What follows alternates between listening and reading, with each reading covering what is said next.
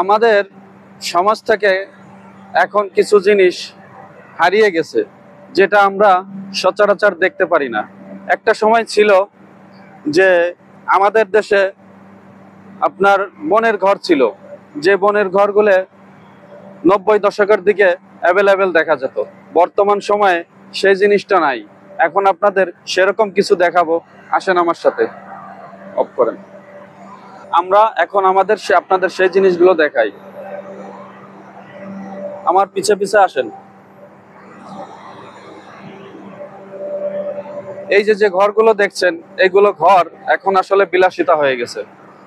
বিভিন্ন রেস্টুরেন্ট, পার্কে, guest house, এই সব জায়গায় এই ঘরগুলো তৈরি হয়।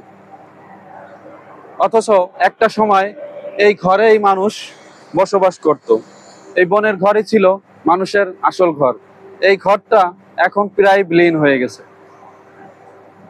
প্রায় 90 দশকের দিকে এই ঘরে 80% লোকের জন্ম ছিল এবং 50% লোকের ঘর ছিল যেটা বনের ঘর। এখন আসলে এই ঘরগুলো দেখা যায় না। পর্যায়ক্রমে আমাদের দেশে যখন টিন চলে আসলো, টিনের ঘর তৈরি হয়। টিনের ঘর এখন প্রায় এলাকায় টিনের ঘর, এই বনের ঘরটা দেখা যায় না। এমন একটা সময় আসবে যে সময়ে এই বনের ঘরও হয়তো থাকবে না, থাকবে শুধু এই ইট পাথরের উঁচু উঁচু বড় বড় বিল্ডিং, দালান ঘর, এগুলাই। কিন্তু আপনি একটা জিনিস মনে রাখেন, একটা সময় যখন এই বনের ঘরে যারা জন্ম নিয়েছিল তাদের ভিতরে মানবতা ছিল, আর এখন যারা ইট পাথরের ঘরে জন্ম নেয় তাদের ভিতরে কোনো মানবতা নাই।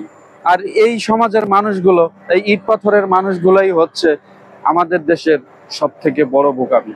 কারণ আমার কথায় হয়তো আপনার কাছে খারাপ লাগতে পারে, কিন্তু আপনি দেখেন, যারা এইসব ঘরে জন্ম নিয়েছিল, যাদের এইসব ঘর ছিল, তাদের মনে কোনো হিংসা অহংকার ছিল না।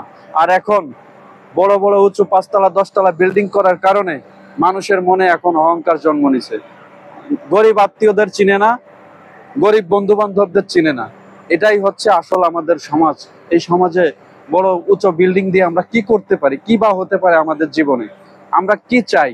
আমরা চাই একজন মানুষ, আমার একজন আত্মীয়, সে যদি ভালো হয়ে যায়, বড় লোক হয়ে যায়, সে আমাকে টাকা পয়সা দিয়ে, অর্থ দিয়ে সাহায্য করতে না পারুক, কিন্তু আমাকে তো অন্তত পক্ষে আমার খোঁজ খবরটা নিতে পারে। কিন্তু আমাদের সমাজের যেসব উঁচু বিল্ডিং এ বাস করা মানুষ, তারা কখনো এই গরিব আত্মীয়দের চিনে না, গরিব বন্ধু বান্ধবদের চিনে না। তাই আমাদের মানবতা টিকে রাখতে, আমাদের ভবিষ্যৎ, অতীত যেগুলা ছিল, অতীতকে আমরা তুলে ধরতে চাই এবং সমাজকে বোঝাতে চাই এই সমাজের মানুষ আসলে কতটা নির্বোধ হয়ে গেছে।